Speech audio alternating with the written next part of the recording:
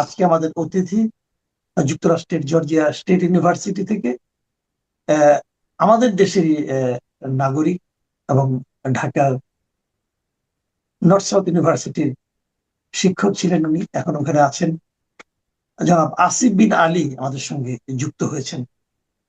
জনাব আসিফ বিন আলী, আপনাকে আমাদের অনুষ্ঠানে প্রথমবারের মতো পেয়েছি। আহ আশা করি আগামীতে পাবো, সেই প্রত্যাশাটা রেখেই আজকে আলোচনাটা শুরু করতে চাই। আশা করি আপনি ধন্যবাদ ভালো মাসুদ আছেন। ভাই। ধন্যবাদ মাসুদ ভাই, আমাকে আমন্ত্রণ জানানোর জন্য। আমি ভালো আছি। জি জনাব আসিফ বিন আলী, একটা জিনিস আপনি খেয়াল করেছেন, যেহেতু যদিও দূরে থাকেন, অনেক দূরে, সময়ের অনেক ব্যবধান, তারপরেও কিন্তু আমাদের এখানে যখন যা ঘটে সেটা আপনারা টের পেয়ে যান এই অনলাইনের যুগে, এবং এটি স্বাভাবিক। নিশ্চিত টের পেয়েছেন যে আগামীকাল, মানে এখন থেকে ঠিক 12 ঘন্টা 13 ঘন্টা পরে আমাদের এখানে বিএনপি ভারপ্রাপ্ত চেয়ারপারসন জনাব তারেক রহমান বাংলাদেশে আসতেছেন দীর্ঘ 17 বছর পর। এই 17 বছর ওনাকে এক ধরনের নির্বাসনের মতো জীবনযাপন করতে হয়েছে। তবে উনি দূরে থাকলেও সক্রিয় ছিলেন। আমরা দেখেছি উনি ওখানে থেকেই তার দলকে পরিচালনা করেছেন, নিয়ন্ত্রণ করেছেন, এবং দলকে চালু রেখেছেন, ভাঙনের হাত থেকে রক্ষা করেছেন। তো এখন তার এই আগমনকে কেন্দ্র করে আমরা অনেকে ভেবেছিলাম যে এই শেখ হাসিনা সরকারের পতনের পর হয়তো দ্রুতই তিনি দেশে চলে আসবেন, কিন্তু সেটা হতে হতে 1 বছর, প্রায় 4 মাস লেগে গেল। তারপরে হয়তো এটা তার একটা স্ট্র্যাটেজি হতে পারে, সেটা নিয়ে আলোচনা তো হচ্ছেই অনবরত। আপনার কাছে আমার যে প্রশ্ন সেটা হলো যে ওনার এই যে এতদিন পরে দেশে ফিরে আসছেন, এটাকে কেন্দ্র করে আপনার মধ্যে কি কোনো প্রত্যাশা কাজ করে কিনা, অথবা আপনার মধ্যে এই ব্যাপারে অনুভূতিটা কি আসবে? আহ, মাসুদ ভাই, আমার মনে হয় যে এই ফিরে আসাটা খুব জরুরি ছিল। কারণ আমি নাগরিক হিসেবে যে জায়গা থেকে দেখি, এবং যেহেতু আমার কাজের একটা জায়গা হচ্ছে বাংলাদেশের রাজনীতি, আমি যেমন গবেষণার ক্ষেত্রেও এটা নিয়েই কাজ করছি, আবার আমার আগ্রহের জায়গাটাও এটাই। আমি স্পষ্টই দেখতে পাচ্ছিলাম যে আহ, মাঝখানে একটু বাংলাদেশের থামাই, আপনি আপনার গবেষণার কথা বলেন। আপনার গবেষণা নিয়ে এটা নিয়ে কাজ করছেন মানেটা কি, এটা একটু বলবেন? ও আচ্ছা, আমার আমার কাজের একটা জায়গা হচ্ছে যেমন জুলাই আন্দোলন, কিভাবে জুলাই আন্দোলন আচ্ছা। আহ, হচ্ছে যে অনলাইনে অর্গানাইজড করা হয়েছে, সো এই প্যাটার্নটা জি, দেখা। বুঝতে পেরেছি। আপনি তো এখন ওই পলিটিক্যাল, প্রত্যাশাটা বলেন। তো এখন আমি আসলে যে জায়গা থেকে দেখছি যে তারেক রহমানের এই আশাটা দুইটা কারণে জরুরি, এবং আমার কাছে প্রত্যাশা ওই দুইটা জায়গা থেকে। একটা হচ্ছে যে রাজনীতিতে রাজনীতিবিদদের ফেরত আসা, এটা খুব জরুরি। এবং আসলে উনি বিএনপির প্রধান নেতা এই মুহূর্তে, ডিফ্যাক্টো প্রধান, এবং তার দূরে থাকাটা তার পার্টির জন্যও ক্ষতিকর, এবং তার দূরে থাকাটা একই সাথে দেশের রাজনীতির জন্যও ক্ষতিকর। তো আমার ওই জায়গা থেকে প্রত্যাশা হচ্ছে যে তিনি ফেরত আসার পরে রাজনীতিতে একটা ব্যালেন্স ফেরত আসবে। তার পার্টির উপরে তার যে নিয়ন্ত্রণ, এবং পার্টিকে নির্বাচনের দিকে পরিচালনা করা, এইটাও যেমন ভালোভাবে এগোবে। But at the same time বাংলাদেশে যে একটা নেতৃত্ব শূন্যতা তৈরি হয়েছে, সেটা মানে বড় দলে বলি আর ছোট দলে বলি, সেইখানটাতেও খানিকটা অ্যাড হবে। তবে মাসুদ ভাই, একটা বিষয় না বললেই না, বাংলাদেশে কিন্তু এই স্বদেশ প্রত্যাবর্তনের রাজনীতি নতুন না। আমরা আসলে জি। তিনটা স্বদেশ প্রত্যাবর্তন পাই। একটা স্বদেশ প্রত্যাবর্তন যেটা হচ্ছে যে মুক্তিযুদ্ধের সময় যখন বঙ্গবন্ধুকে অ্যারেস্ট করে নিয়ে যাওয়া হয়, এবং তারপরে তিনি যখন স্বাধীনতার পরে দেশে ফেরত আসেন, ওইটা একটা গ্র্যান্ড স্বদেশ প্রত্যাবর্তন ছিল। আহ, আর একটা স্বদেশ প্রত্যাবর্তন যেটা হচ্ছে যে তারই কন্যা আহ, শেখ হাসিনার, তিনি আমরা জানি যে যখন 15ই আগস্ট মানে প্রেসিডেন্ট শেখ মুজিবুর রহমান উনি যখন সপরিবারে নিহত হলেন, তাকে হত্যা করা হলো, তার দুই কন্যা বাইরে আটকা পড়েছিল। তো তার মধ্যে শেখ হাসিনা বাংলাদেশে যখন ফেরত আসেন, ওইটা আওয়ামী লীগ স্বদেশ প্রত্যাবর্তন হিসেবে পালন করে। এবং আমার মনে হয় যে বিএনপির জন্য এটাও একটা ওই ওই ধরনের একটা ঐতিহাসিক মোমেন্ট, যে তার নেতা হচ্ছে যে দেশে ফেরত আসছেন, এবং সেও হচ্ছে যে আসলে নির্বাসিত হতে বাধ্য হয়েছিলেন বাংলাদেশের ওই সময়কার 2007-08 সালের যে আহ, কি বলবো, যে অনির্বাচিত একটা সরকারের যে এক্সপেরিমেন্ট ছিল, তার অংশ হিসেবে। তো আমার প্রত্যাশা হচ্ছে যে পূর্ববর্তী স্বদেশ প্রত্যাবর্তনের মতন এই স্বদেশ প্রত্যাবর্তনটা ফেইল হবে না। আমরা দেখেছি যে যখন বঙ্গবন্ধু দেশে ফেরত আসছেন, সেই যে আবেগ অ্যান্ড এভরিথিং, কিন্তু ওইটা পরবর্তীতে যখন বাকশাল হয়েছে, তখন সেটা ফেইল করেছে আসলে। কিংবা ইভেন শেখ হাসিনা যখন স্বদেশ প্রত্যাবর্তন করলেন এবং সে বাংলাদেশের রাজনীতিতে অংশগ্রহণ করলেন, শুরুর দিকে তিনি যথেষ্ট পজিটিভলি কন্ট্রিবিউট করেছে অন্যান্য নেতৃবৃন্দের সাথে। কিন্তু 2014-র পরে আমরা যেটা দেখলাম, 2014, 2018 এবং 2024-এ, সেটাতেও বলা যায় যে উনার যে স্বদেশ প্রত্যাবর্তনের লিগেসি, ওইটাও ফেল করেছে।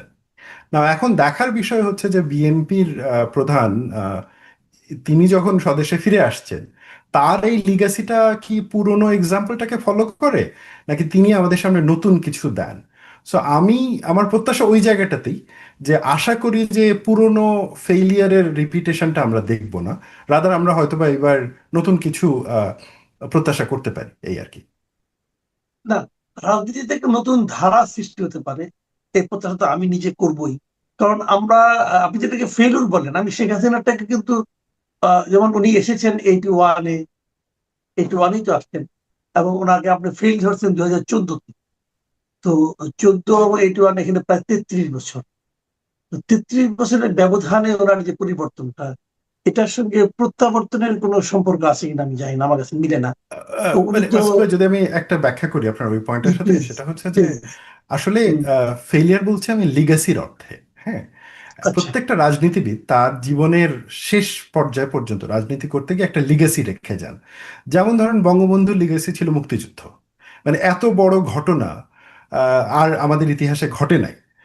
আহ, শেখ হাসিনার লিগ্যাসি যেমন একটা বড় লিগ্যাসি ছিল যে 1996 থেকে 2001-এ তিনি যখন শাসন ক্ষমতায় ছিলেন, এবং 2001-এ কিন্তু তিনি খুব স্বাভাবিকভাবেই তত্ত্বাবধায়ক সরকারের হাতে ক্ষমতা হস্তান্তর করে একটা সুষ্ঠু গ্রহণযোগ্য নির্বাচনের পথে সাহায্য করেন, যেটা আমরা দেখেছি এর আগে হয় নাই। মানে হচ্ছে যে বিএনপি যখন 91 থেকে 96-তে ছিল, 96-তেও এটা হয় নাই, কিংবা 2001 থেকে 6 যখন ছিল, 6-এ এসেও আমরা এটার একটা রিপিটেশন দেখেছি।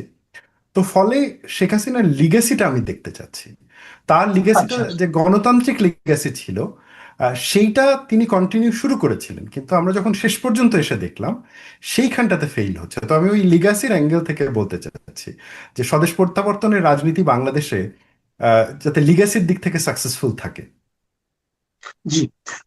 তো তারপরেও যাও, এইবার যখন উনি আসলেন, উনি কিন্তু প্র্যাকটিসের মধ্যে দিয়ে আসছেন, এটা আমি এই পার্থক্যটা দেখি। যে উনি বিদেশে থাকলেও উনি কিন্তু ওনার দলীয় রাজনীতি এবং দেশের রাজনীতিতে অনুপস্থিত ছিলেন না। উনি পুরো সময়টাই বরং বিদেশে থেকেই কিন্তু, এখন তো প্রযুক্তির উন্নতি হয়েছে, video call, video conference, video meeting, এগুলোর মাধ্যমে কিন্তু দলের সঙ্গে সবসময় জড়িত ছিলেন, এবং দলকে উনি পরিচালনা করেছেন খুব সফলভাবে। এবং আমরা দেখেছি আওয়ামী লীগ আমলে দলকে ভাঙার কিন্তু প্রচুর প্রচেষ্টাও ছিল, সেগুলো আমিও তো মনে করি যে ওনার নেতৃত্বে কারণে এটা সফল হয়েছে। কিন্তু তারপরেও আমি মনে করব যে এই মানে নতুন তত্ত্বাবধায়ক সরকার, অন্তর্বর্তীকালীন সরকার যেটা আছে আমাদের এখানে এখন, এই গত 1 বছর 4 মাসে বিএনপি কিন্তু নতুন কিছু চ্যালেঞ্জের মুখে পড়েছে। বিএনপি সারা দেশে তাদের যে ভাবমূর্তি, প্রত্যন্ত অঞ্চলে সাধারণ মানুষের মধ্যে যে ভাবমূর্তি, বিভিন্ন রকম মামলা, চাঁদাবাজি, অথবা ধরেন আমরা দখলদারিত্ব, এ সমস্ত ক্ষেত্রে বিএনপির বিভিন্ন স্তরের নেতাকর্মীদের জড়িয়ে যাওয়ার যে ঘটনা, তো এগুলো কিন্তু এখন তারেক রহমানকে দেশে এসে আমার মনে হয় হ্যান্ডেল করতে হবে, বিশেষ করে নির্বাচনকে সামনে রেখে। তো আপনার কাছে কি মনে হয়, নির্বাচনকে সামনে রেখে তারেক রহমানের সামনে কি কি চ্যালেঞ্জ এখন তাকে মোকাবেলা করতে হবে বলে আপনি মনে করেন? আহ, আমার মনে হয় যে তারেক রহমান তার সব থেকে বড় চ্যালেঞ্জটা মোকাবেলায় ইতোমধ্যেই সফল হয়েছে। সেটা হচ্ছে পার্টিকে ইউনাইটেড রাখা। এবং আপনার মনে আছে মাসুদ ভাই, আমরা যখন ইভেন 2020-21 সালের দিকে একসাথে টকশোতে কথা বলেছি, হ্যাঁ, আমাদের অনেকেরই কিন্তু এই ব্যাপারটা নিয়ে অনেক আলাপ আলোচনা হচ্ছিল যে বিএনপিকে ভাঙার চেষ্টা হচ্ছে, এবং হয়েছেও কিন্তু। তৃণমূল বিএনপি হুম। বানানো হয়েছে, হ্যাঁ, তারপরে বিএনপির নেতাদেরকে বের করে নিয়ে এসে নির্বাচন করানোর চেষ্টা করা হয়েছে অ্যান্ড এভরিথিং। বাট এত কিছুর পরেও BNP as a large organization, সে কিন্তু সার্ভাইভ করেছে। এবং এই যে সার্ভাইভ করাটা, এইটার পেছনে যদি কারো দুইজন মানুষের কৃতিত্ব থাকে, আমি বলবো দেশের বাইরে প্রধান কৃতিত্ব ছিল হচ্ছে যে তারেক রহমানের, দেশের ভেতরে প্রধান কৃতিত্ব হচ্ছে মির্জা ফখরুল ইসলাম আলমগীরের। এই বিষয়ে আমার খুব একটা সন্দেহ নেই, কারণ এই দুজনের যে জুটি, তারা, তাদের অনেক ভুল থাকতে পারে, তাদের অনেক মানে কি বলবো যে কমতি থাকতে পারে, কিন্তু যদি পার্টির ইনস্টিটিউশন টিকায় রাখার প্রশ্নে আসি, তখন আমরা দেখব যে এই দুজন চমৎকারভাবে কাজ করেছে, এবং এটা সম্ভব হয়েছে অবশ্যই আমি বলবো যে তারেক রহমানের দূরদৃষ্টিতার কারণে, দূরদৃষ্টির কারণে। দেখেন, আমরা আসলে যে তারেককে চিনতাম, অর্থাৎ একটা সময় তো তাকে নিয়ে অনেক কথা হয়েছে, তার সরকার, তার মা যখন প্রধানমন্ত্রী ছিলেন এবং তিনি যখন ক্ষমতায় ছিলেন। এবং সেই সময়ের একটা খুবই প্রচলিত দুইটা শব্দ ছিল, একটা হচ্ছে যে হাওয়া ভবনের নামটা বারবার এসছে, আর একটা হচ্ছে যে আহ, কিছু দুর্নীতির জায়গাতে তাকে নিয়ে অনেক কথা হয়েছে। তো যেই কিন্তু গত কয়েক বছর আমরা যে তারিখটাকে দেখছি, হ্যাঁ, এই ইনি একেবারে অন্যরকম। হ্যাঁ, আমি বলছি না যে আগের তারিখটাই রাইট, হ্যাঁ, বা এখনকারটা ভুল। আমি জাস্ট বলছি যে আগে যেভাবে তাকে ডিপিক্ট করা হয়েছে বাংলাদেশের মিডিয়াতে, এবং যেভাবে তাকে নিয়ে কথা হয়েছে, হ্যাঁ, এবং পরবর্তীতে শেখ হাসিনা সরকারের সময় তো তারেকের ব্যাপারে কথা বলাও একটা ট্যাবু ছিল, একটা দোষ ছিল। তো ওই তারেক যখন আমি দেখি যে সোশ্যাল মিডিয়াতে তার নিজেকে নিয়ে একটা কার্টুন শেয়ার করে, হ্যাঁ, কিংবা হচ্ছে হুম, যে হুম, তাকে হুম, হুম। নিয়ে সমালোচনা যেটা হচ্ছে, সে সেই সমালোচনাটাকে শেয়ার দিচ্ছে, আমি তখন একটা ফান্ডামেন্টাল পরিবর্তন দেখতে পাই। বিকজ মানে Correct. আমরা তো ওই রকমই রাজনীতিবিদ চাই, যে তাকে নিয়ে যে জোকস করবে, সে তাকেও রিকগনাইজ করবে, তাকে শত্রু মনে করবে না, পার্সোনালি নেবে Right. না। Right. তো হুম, আমার ওইখান থেকে মনে হয় যে তারেক রহমানের যে প্রথম চ্যালেঞ্জটা ছিল, যে তাকে নিয়ে যে ইমেজটা তৈরি করা হয়েছিল সোশ্যাল মিডিয়াতে এবং ওভারঅল, তিনি ওই ইমেজটা ভেঙে দিয়েছেন। তো এখন যখন আসলে তারেকের কথা হয়, এখন কিন্তু আর ওই হাওয়া ভবনের কথা হয় না। এবং আমার মনে হয়েছে যে উনি খুবই সফলভাবে পূর্ববর্তী হাওয়া ভবনে যারা জড়িত ছিল তাদেরকে উনি তার আশপাশে ঘেঁষতে দেন নাই। আপনি খেয়াল করে দেখবেন গত 1-1.5 বছরের তার যে মিডিয়া উপস্থিতি যতটুকুই ছিল, কিংবা ইভেন বিএনপির যে প্রাতিষ্ঠানিক উপস্থিতি পাবলিক স্পেসে, সেখানেও কিন্তু আমরা হাওয়া ভবনের পুরনো লোকদেরকে দেখিনি। তার মানে আমি জানি না যে ওইটুকুর কতটুকু সত্যিতা ছিল বা মিথ্যা কতটুকু ছিল, কিন্তু এই যে রিকগনিশন, যে ইমেজটাকে পাল্টাতে হবে, এই ব্যাপারটা কিন্তু তার টিম এটা খুব কেয়ারফুলি করেছে, এবং আমার ধারণা এটা করতে সক্ষম হয়েছে কারণ তার ওইখানে সদিচ্ছাটা ছিল। 5 আগস্টের পরে আমার মনে হয় যে আরেকটা বড় চ্যালেঞ্জ ছিল, সেটা বিএনপিকে মানে হচ্ছে ভুল পথ থেকে দূরে রাখা। কারণ প্রচন্ড রকমের ইন্টিমিডেশন ছিল যে বিএনপি যাতে হচ্ছে যে আহ, আরো এগ্রেসিভ ভূমিকায় চলে যায়, ভায়োলেন্সের সাথে আরো বেশি ইনভলভ হয়, হ্যাঁ, দুর্নীতির সাথে বেশি ইনভলভ হয়। এটা বলার অর্থ এই না যে দুর্নীতির কেস ঘটে নাই, ডেফিনেটলি ঘটেছে, এবং আমরা দেখতে পেয়েছি বিএনপি নিজেই প্রায় 7,000-এর মতন দলীয় নেতাকর্মীকে তারা বরখাস্ত করেছে, মানে তাদের পদ থেকে সরিয়ে দিয়েছে। তো ওইটা নিজেই বলে যে এটা একটা বড় দুর্নীতির জায়গা। কিন্তু আপনি যদি খেয়াল করেন মেজর কয়েকটা ইভেন্ট, হ্যাঁ, তার মধ্যে এই যে রিসেন্ট ইভেন্টটাই দেখেন, যে প্রথম আলো ডেইলি স্টারের উপরে যে হামলাটা হলো, হ্যাঁ, আমরা দেখতে পাচ্ছি অন্যান্য অপরাপর দল, হচ্ছে যে বিশেষ করে ডানপন্থী দল, তাদের নেতা, এমনকি যারা নিজেদেরকে মধ্যমপন্থী হিসেবে যে নতুন দলগুলো দাবি করছে, যারাও খানিকটা ডান ঘেঁষা, তাদের নেতাদের এবং তাদের অনেক কর্মীদের সরাসরি অংশগ্রহণ আমরা দেখতে পাচ্ছি এই দুটো পত্রিকার উপরে অ্যাটাক করার ক্ষেত্রে। আপনি কিন্তু একটা সিঙ্গেল এক্সাম্পল দেখবেন না যেখানে বিএনপির নেতা কর্মীরা, নেতা এবং কর্মী উভয়, যারা এই উস্কানিতে অংশ নিয়েছে বা এইটাতে অংশগ্রহণ করেছে। তো এইটা তো আমার মনে হয় যে যে তারেক রহমানের জন্য একটা বিশাল সাকসেস, যে তার এত বড় একটা পার্টিকে সে এই ধরনের পপুলিস্ট ভায়োলেন্স থেকে দূরে রাখতে পেরেছে। তবে আমার মনে হয় যে নির্বাচনের আগে তার সব থেকে বড় চ্যালেঞ্জ এখন যেটা হবে, সেটা হচ্ছে নির্বাচনকে শান্তিপূর্ণ রাখার জন্য তার পলিটিক্যাল কর্মীদেরকে, তার পার্টির কর্মীদেরকে হচ্ছে যে শুধুমাত্র শাস্তি না, একই সাথে ইন্সপায়ারেশনের মাধ্যমেও অ্যাক্টিভ রাখা। কারণ দেখেন মাসুদ ভাই, আমার যেটা মনে হচ্ছে আগামী নির্বাচনে ভায়োলেন্সের একটা সমূহ সম্ভাবনা থাকবে। অনেকগুলো কারণ আছে তার পেছনে, তার মধ্যে অন্যতম একটা কারণ হচ্ছে যে শুধুমাত্র দুটো পলিটিক্যাল পার্টি নির্বাচনে অংশ নিচ্ছে, মানে অন্যগুলো ছোটগুলো তো নিচ্ছেই, বাট মেজর দুটো পার্টি নিচ্ছে, বিএনপি এবং জামায়াত। এবং তাদের মোটামুটি এটা ক্লিয়ার যে এক দল জিতে ক্ষমতায় যাবে, আর এক দল জিতে বিরোধী দলে যাবে, এরকম একটা আন্ডারস্ট্যান্ডিং আছে। তো যে ক্ষমতায় যাবে তার পার্টি মেম্বাররা তো চাইবে যে বাই হুক অর কুক আমাকে জিততেই হবে, কারণ আমি যদি পার্লামেন্টের মেম্বার হই, বাংলাদেশের সিস্টেম অনুযায়ী ওখানে আমার একটা বেনিফিট আছে। আবার যে বিরোধী দল হবে, মোটামুটি বিরোধী দলও বুঝে যাচ্ছে যে তারা বিরোধী দল হবে, কারণ আওয়ামী লীগকে নির্বাচনে অংশ নিতে দেওয়া হচ্ছে না। তো এই অবস্থায় এইটাও মোটামুটি ক্লিয়ার। তো তার দিক থেকেও চিন্তায় থাকবে যে আমি কত বেশি সিট পেতে পারি। কারণ আমি যত বেশি সিট পাবো এবং যে সংস্কার প্রস্তাবগুলো দেওয়া হয়েছে, এই সংস্কার প্রস্তাব যদি বাস্তবায়িত হয়, তাহলে বিরোধী দলের একটা সিগনিফিক্যান্ট পাওয়ার কিন্তু থাকবে, মানে ক্ষমতা শেয়ারিং এ বিরোধী দলের একটা বড় পাওয়ার থাকবে। তো সেইখানেও তারা তো এটা করতে চাইবে। তো তখন তারা কি করবে? তারা আসলে মানে হচ্ছে জোর দেওয়ার চেষ্টা করবে, জোরের মাধ্যমে ক্ষমতা জেতার চেষ্টা করবে। এবং আমার মনে হয় যে বিএনপির এখন সব থেকে বড় চ্যালেঞ্জ থাকবে যে সে তার কর্মীদেরকে কেমন করে এই জোর করার এই চেষ্টা থেকে বিরত রাখতে পারে।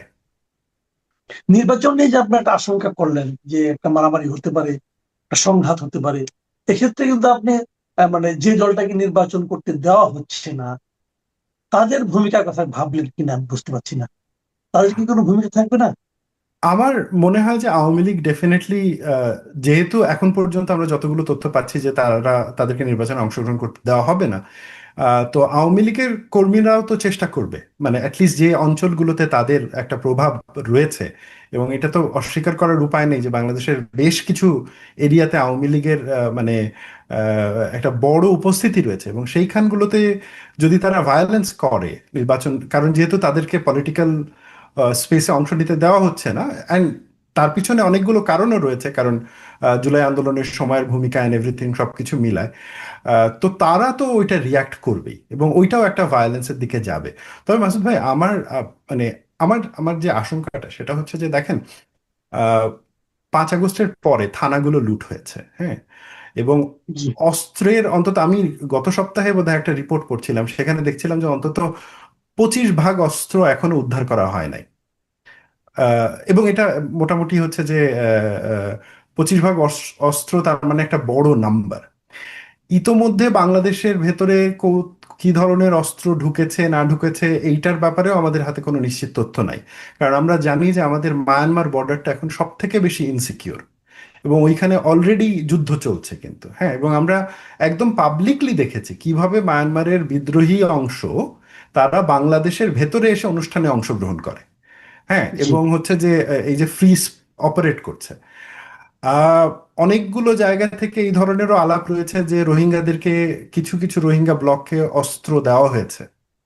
তো আমরা জানি যে যে কোনো জায়গায় যে কোনো গ্রুপকে যদি অস্ত্র দেওয়া হয়, সেটা শুধু ওই গ্রুপের মধ্যে সীমাবদ্ধ থাকে না, ওইটা ক্রস করে, ওইটা হোস্ট কমিউনিটির মধ্যেও ছড়িয়ে পড়ে। তো এই যে যে অস্ত্রের ঝনঝনানি, হ্যাঁ, এইটার তো নির্বাচনে একটা ইম্প্যাক্ট থাকবে। নির্বাচনের আর ধরেন মাস দুয়েক বাকি আছে, হ্যাঁ। আপনি কি 50 দেখতে দিনের মতো। পাচ্ছেন? হ্যাঁ, 50 দিনের মতন। তো আপনি কি দেখতে পাচ্ছেন অস্ত্র উদ্ধারের মেজর কোনো প্রচেষ্টা? আমি না, তো দেখতে পাচ্ছি না, না। না। বরং উম, উল্টো আমি দেখতে পেলাম যে সরকারের দিক থেকে উদ্যোগ নেওয়া হলো যে যারা নির্বাচনে অংশগ্রহণ করবে তাদেরকে বৈধ অস্ত্রের লাইসেন্স দেওয়া হবে, বা তাদেরকে, মানে এটা খুবই আমেরিকান অ্যাপ্রোচ। হ্যাঁ, তো আমি তো আমেরিকাতে থাকি। আমেরিকাতে যেটা হয় যে ব্যাপারটা হচ্ছে যে আপনার হাতে অস্ত্র থাকবে এবং আপনার প্রপার্টিতে যদি কেউ ঢোকে, আপনি ফায়ার করতে পারবেন। মানে বাংলাদেশের নেচারটা তো এইরকম না, কারণ আপনাকে না, বুঝতে হবে না। যে আমাদের যে গান কন্ট্রোল পলিসি, হ্যাঁ, পৃথিবীতে আসলে দুটো গান কন্ট্রোল পলিসি আছে। একটা হচ্ছে যে ব্রিটিশ মডেল ফলো করে, আর একটা হচ্ছে আমেরিকান মডেল ফলো করে। তো ব্রিটিশ মডেলটা কি? সেটা হচ্ছে নাগরিকের হাতে অস্ত্র থাকবে না, শুধুমাত্র রাষ্ট্রের হাতে অস্ত্র থাকবে, এবং নাগরিকের সার্বিক নিরাপত্তা দেওয়ার দায়িত্ব হচ্ছে রাষ্ট্রের। আমেরিকান জি। মডেলটা একটু ভিন্ন। আমেরিকান মডেলটা হচ্ছে যে নাগরিকের হাতেও অস্ত্র থাকবে, এবং নাগরিক চাইলে নিজেই নিজের নিরাপত্তা দিবে রাষ্ট্রের পাশাপাশি। আমরা ঐতিহ্যগতভাবে, মানে ব্রিটিশ কলোনিয়াল আমল থেকেই আমাদের এখানে হচ্ছে ব্রিটিশ মডেলটা অ্যাপ্লিকেবল। আমাদের নাগরিকের হাতে অস্ত্র অবৈধ হিসেবে ধরা হয়। কিছু বৈধ অস্ত্র দেওয়া হয়, কিন্তু তারপরে অনেকগুলো মানে প্রসেস ফলো করা হয়, সেটার নিয়ম আছে, ট্যাক্সের ব্যাপার আছে, কিন্তু এটা খুব কন্ট্রোল থাকে। কারণ আমাদের সোসাইটি সংঘাত প্রবণ একটা সোসাইটি, হ্যাঁ। এই কারণে যদি এখানে আগ্নেয়াস্ত্র অনেক বেশি চলে যায়, সংঘাতের তারতম্য বাড়তে পারে। তো হঠাৎ করে আমি বুঝলাম না আমাদের সরকারের কি এমন হইলো যে তাদেরকে এইখানেও আমেরিকান মডেল নিয়ে আসতে হবে, মানে আমাদের যে কালচারাল ট্রেডিশনাল মডেল ছিল সেইটার উপরে না করে। তো আমার যথেষ্ট সন্দেহ আছে মাসুদ ভাই যে যে ধরনের এক্সপেরিমেন্ট হচ্ছে, তাতে মনে হয় যে এইটা সহিংসতার দিকেই নেবে। তবে হ্যাঁ, আমার আবার এটাও মনে হয়েছে যে বিএনপির দিক থেকে, ইভেন অন্যান্য দুই একটা রাজনৈতিক দলের দিক থেকেও তারা এটা বুঝতে পারছে যে এই নির্বাচনের বৈধতা লাগবে, এই নির্বাচনের জি, আমি এই ম্যাক্সিমাম। প্রশ্নটা আপনাকে করতে যাচ্ছি। এটা আমার শেষ প্রশ্ন। আপনার এই কথা রেল ধরেই বলছি যে নির্বাচনে আওয়ামী লীগ অংশ নিচ্ছে না, এটি এখন পর্যন্ত যেটা বুঝতে পারছি আর কি। কারণ শিডিউলে তো যেভাবে শিডিউল ঘোষণা করা হয়েছে, সেখানে তার মধ্যে আর আওয়ামী লীগের থাকার কোনো সুযোগ আপাতত আমি দেখছি না। তো আওয়ামী লীগকে ছাড়া আপনি একটা নির্বাচন করতে যাচ্ছেন। আওয়ামী লীগ দেশের একটা অনেক বড় দল, মানে মোটামুটি বৃহত্তম দুটো দলের মধ্যে একটা আওয়ামী লীগ। সেই দলকে নির্বাচনের বাইরে রাখলে যে নির্বাচনটা হবে, সেই নির্বাচনটা নিয়ে কয়েকটা প্রশ্ন। একটা আমার প্রশ্ন হলো যে এই দলের তো অনেক নিবেদিত প্রাণ ভোটার আছে। সেই ভোটার আগে যেমন আমরা 2024 নির্বাচনকে বলেছিলাম এটা আমি এবং দামি নির্বাচন, আমরা বলেছিলাম এই নির্বাচনে বড় একটা ব্যালট পেপার থাকতে পারে, কিন্তু যেখানে আপনি সিল মারেন না কেন সেটাই আওয়ামী লীগের ব্যালটে যাবে, সেটাই আওয়ামী লীগ। যে মার্কা দিয়ে আপনি মারেন না কেন সেটাই আওয়ামী লীগের ভোট। এখন যে নির্বাচনটা হতে যাচ্ছে সেখানেও একটা বড় ব্যালট থাকবে, আপনি যেখানেই ভোটটা সিলটা মারেন না কেন সেটা আওয়ামী লীগের বিপক্ষে যাচ্ছে। তো আওয়ামী লীগও তো একটা পলিটিক্যাল পার্টি, তাদেরও তো একটা আদর্শ আছে, তাদেরও কিছু সমর্থক আছে, তাদেরও কিছু ভোটার আছে। তো সেই ভোটারদের প্রতি কি একটা, আমি মনে করি একটা বৈষম্য কিনা, অবিচার কিনা। আবার দ্বিতীয় দিকে আরেকটা জিনিস আমরা বলছি যে আমরা একটা সবসময় একটা গণতান্ত্রিক রাষ্ট্রে একটা গণতান্ত্রিক প্রক্রিয়া আমরা একটা নির্বাচন চাই। তো সারা দুনিয়া তো একভাবে চলে, তাদের যে ডেমোক্রেসি আছে সারা দুনিয়াতে, এমনকি আপনি যেখানে অবস্থান করছেন আমেরিকা, সেখানেও এক ধরনের ডেমোক্রেসি আছে। এই সমস্ত কোন ডেমোক্রেসির সংজ্ঞায় একটা বড় রাজনৈতিক দলকে নির্বাচনের বাইরে রাখা, এটাকে গণতন্ত্র হিসেবে তারা কিভাবে দেখবে, কিভাবে স্বীকৃতি দেবে, এটা নিয়েও কিন্তু একটা প্রশ্ন আছে। এই দুটো প্রশ্নকে আপনি কিভাবে আসলে দেখবেন? প্রথম কথা হচ্ছে যে আমিও মনে করি যে যেহেতু এই নির্বাচনে আওয়ামী লীগ অংশগ্রহণ করতে দেওয়া হচ্ছে না, এইটা আওয়ামী লীগের যারা সমর্থক রয়েছে তাদেরকে আসলে নির্বাচন, তাদের সাথে একটা অন্যায়। এই বিষয়ে আমার কোনো সন্দেহ নেই এবং এটাকে ডিফেন্ড করারও কিছু নেই। তবে একটা কনটেক্সট না দিলেই না। কনটেক্সটটা হচ্ছে যে যে জুলাই আগস্ট মাসে যে ম্যাসাকারটা হয়েছে এবং এই ম্যাসাকারের সাথে আওয়ামী লীগের যে লিডারশিপের, তার যে ইনভলভমেন্ট, বিশেষ করে যারা সরকারে ছিল এবং পার্টিতেও ছিল, এটাও অস্বীকার করার খুব একটা উপায় নেই। কারণ আমরা দেখতে পাচ্ছি যে ইউনাইটেড নেশন হিউম্যান রাইটস কমিশনের যে ফ্যাক্ট ফাইন্ডিং রিপোর্ট, সেখানে ক্লিয়ারলি যে ম্যাসাকারটা হয়েছে সেই ম্যাসাকারে পলিটিক্যাল পার্টি এবং স্টেট দুইটার ইনভলভমেন্টের কথাই বলা হয়েছে। কিন্তু আবার এটাও লক্ষণীয়, ওই একই রিপোর্টে বলা হয়েছে যে পার্টিকে যাতে নিষিদ্ধ না করা হয়। আহ, আহ, তাহলে এবং ওইখানে আবার রিভেঞ্জ ভায়োলেন্সের কথাও বলা হয়েছে, যে 5 আগস্টের পরে যে রিভেঞ্জ ভায়োলেন্সটা হয়েছে। তো ওই রিপোর্টটাতে যদি আমরা খুব ক্লোজলি দেখি, দেখবো যে ওইটাতে যে রিকমেন্ডেশন গুলো রয়েছে, সেই রিকমেন্ডেশন গুলোর মধ্যে একটা ছিল যে ডেমোক্রেটিক ওয়েতে পলিটিক্যাল সলিউশনের দিকে মুভ করা। এখন প্রশ্নটা হচ্ছে যে আমরা কি আসলে ওইদিকে গেছি কিনা। মাসুদ ভাই, আমার মানে অত্যন্ত দুঃখের ব্যাপার এটাই যে আমরা আসলে কোনো পলিটিক্যাল সলিউশনের দিকে যাই নাই। 1.5 বছর হাতে সময় ছিল, এই সময়ের মধ্যে ডেফিনেটলি একটা থরো ইনভেস্টিগেশন করে, হ্যাঁ, একটা পাবলিক কনসেনসাসের মাধ্যমে আওয়ামী লীগের লিডারশিপের যে অংশ ম্যাসাকারের সাথে জড়িত ছিল, নির্বাচনকে 2014, 2018 এবং 2024-এর নির্বাচনকে মানে ইয়ে করার জন্য জড়িত ছিল, রিগ করার জন্য জড়িত ছিল, তাদেরকে অবশ্যই শাস্তির আওতায় আনা যেতে পারত। এবং Awami League as a party তার সাথে একটা পলিটিক্যাল সলিউশনের জায়গায় অ্যাটলিস্ট একটা জায়গা তৈরি করা সম্ভব ছিল। কিন্তু সমস্যাটা হয়েছে যে আমরা 5 আগস্টের পরে মানে রিভেঞ্জ ইমোশন যতটা আমাদেরকে মোটিভেট করেছে, লজিক এবং গুড সেন্স আমাদেরকে অতটা মোটিভেট করে নাই। ফলে আমরা যে সমস্যাটা তৈরি করেছি এই মুহূর্তে বাংলাদেশের রাজনীতিতে, সেটা হচ্ছে আওয়ামী লীগ প্রবলেম। এবং এই আওয়ামী লীগ প্রবলেম অনেকটা জামাত প্রবলেমের মতন। মানে 1971 সালের পরে যে জামাত প্রবলেমটা তৈরি হয়েছিল, হ্যাঁ, এবং যেইটা আমাদের রাষ্ট্র সলভ করতে পারে নাই ফ্র্যাঙ্কলি স্পিকিং, এবং এই সলিউশন না করার একটা বড় ফ্রন্ট লাইন কিন্তু এই মুহূর্তে আমাদের দেশে 3 ধরনের ন্যাশনালিজম অ্যাক্টিভ হয়েছে। একটা হচ্ছে এথনিসিটি বেসড ন্যাশনালিজম, যার মূল কেন্দ্র হচ্ছে ভাষা এবং হচ্ছে যে সংস্কৃতি, যেটা আওয়ামী লীগ লিড দিচ্ছে। আর একটা হচ্ছে টেরিটোরিয়াল ন্যাশনালিজম, যেটা বিএনপি লিড দিচ্ছে, বাংলাদেশি জাতীয়তাবাদ, যার মূল কেন্দ্রে হচ্ছে যে এথনিসিটি, ভাষা, ধর্ম এবং হচ্ছে যে মুসলিম কালচার। এবং থার্ড যে গ্রুপটা, অর্থাৎ আসলে যে ন্যাশনালিজমটা 47-এ খুব ডমিনেন্ট ছিল, ইসলামিক আইডেন্টিটি বেসড ন্যাশনালিজম, যেটা 71-এ এসে বাংলাদেশের মানুষ অনেকটা প্রত্যাখ্যান করেছিল বাঙালি জাতীয়তাবাদী আন্দোলনের মাধ্যমে, এবং পরবর্তীতে ইভেন যখন জিয়াউর রহমান বাংলাদেশি জাতীয়তাবাদ প্রতিষ্ঠা করেন, তখনও কিন্তু এই মানে larger Islamic nationalism, Islamic identity based nationalism, সেটাকে ইগনোর করা হয়, রাদার মোর হচ্ছে যে টেরিটরির উপরে ফোকাস করা হয়। 2024-এ এসে দেখেন এটা কি পরিমাণ আগ্রাসী আকারে উপস্থাপন হয়েছে, এবং এইটার যে রূপটা আমরা দেখতে পাচ্ছি সেটা কিন্তু ওই প্রবলেমের continuation. Now coming back to the Awami League problem, আমার আশঙ্কাটা হচ্ছে ইলেকশনটা হবে এবং ইলেকশনে দুইটা গ্রুপ, জামায়াত এবং বিএনপি, তারাই পার্টিসিপেট করবে। ইলেকশনে যদি সরকার শান্তি বজায় রাখতে পারে, তবে হয়তোবা একটা বড় অংশ ইলেকশনে যাবে, ভোট দিতে যাবে। কিন্তু আওয়ামী আওয়ামী লীগ লীগের? না না না, ওভারঅল মানে মানে যদি ও, আচ্ছা নির্বাচনে আচ্ছা আচ্ছা। শান্তি বজায় জি থাকে, জি জি মানে তাহলে হয়তো জনগণের একটা বড় অংশ ভোট দিতে যেতেও পারে। কিন্তু আমার আশঙ্কাটা হচ্ছে নির্বাচনের পরে, মানে আমি ধরে নিলাম যে নির্বাচনটা ফ্রি হলো, ফেয়ার হলো, পার্টিসিপেটরি হলো, কিন্তু ইনক্লুসিভ হলো না। মানে আমি ধরেন রিয়েল কনটেক্সটে যদি চিন্তা করি, তাহলে জি এই নন ইনক্লুসিভ হওয়ার বিপদটা সামনে যেটা হবে, যে বিএনপি সরকার গঠন করবে, এবং জামায়াত বিরোধী দলে থাকবে, এবং Jamaat is going to be a very tough বিরোধী দল, এ বিষয়ে কোনো সন্দেহ নেই। কারণ হচ্ছে যে দুইটা জিনিস, একটা হচ্ছে যে তাদের ইকোনমিক ক্যাপাসিটি আছে, তাদের মাসেল পাওয়ার আছে, এবং সব থেকে গুরুত্বপূর্ণ ব্যাপার, তাদের জান্নাত দেওয়ার টিকিট আছে। তো when you have this three, money, muscle and religion, এবং যখন আপনি অপোজিশনে থাকেন, that means you would be very powerful. এখন দেখেন আওয়ামী লীগ, সরি, জামায়াত এবং বিএনপির যখন এই দ্বন্দ্বটা চলবে, তখন হচ্ছে যে আওয়ামী লীগ তো চেষ্টা করবে ক্ষমতায় বা রাজনীতিতে ফেরত আসার জন্য, ইভেনচুয়ালি 1 বছর হোক 2 বছর হোক, সে কিন্তু এটা চেষ্টা করবে। কারণ বাংলাদেশে যদি 15% আওয়ামী লীগের ভোট থাকে, সেটাও ইটস এ সিগনিফিকেন্ট নাম্বার। তার মধ্যে যদি অন্তত 1 লাখ লোকও মনে করে যে আমি সহিংসতার মাধ্যমে আমার রাজনৈতিক অধিকার ছিনায় নিব, that's still a huge security threat. তো তখন কি হবে? তখন বিএনপি গভর্নমেন্টকে আসলে এই আওয়ামী লীগের থ্রেট মোকাবেলা করার জন্যই তাকে পুলিশি রাষ্ট্রে কনভার্ট হতে হবে। কারণ সে তো তখন দেখবে এখানে গাড়ি পোড়ানো হচ্ছে, এখানে ককটেল মারা হচ্ছে, এই করা হচ্ছে, ওই দিক থেকে জামায়াত প্রেশার দিচ্ছে।